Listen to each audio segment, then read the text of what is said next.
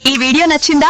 Like చేసి మీ comments ఇవ్వండి. మా ఛానల్ ను సబ్స్క్రైబ్ చేయండి, బెల్ ఐకాన్ క్లిక్ చేయండి. అందరికీ దీపావళి శుభాకాంక్షలు. నటి రెజీనా తాను గతంలో చేసిన ఒక తమాషా పనిని తాజాగా పంచుకున్నారు.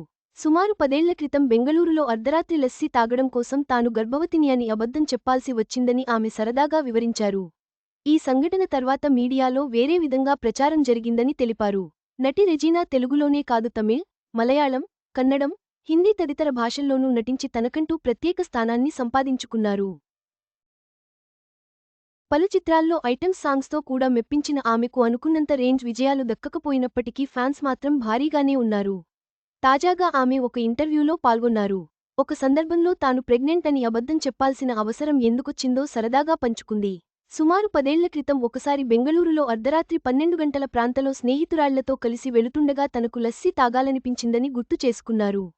అప్పుడే మూస్తున్న ఒక షాప్ వద్దకు వెళ్లి లస్సీ కావాలని అడిగానన్నారు. అందుకు ఆ షాప్ యజమాని చిరాకుగా లస్సీ లేదు, ఏమీ లేదు, వెళ్ళు అని అన్నాడని తెలిపారు.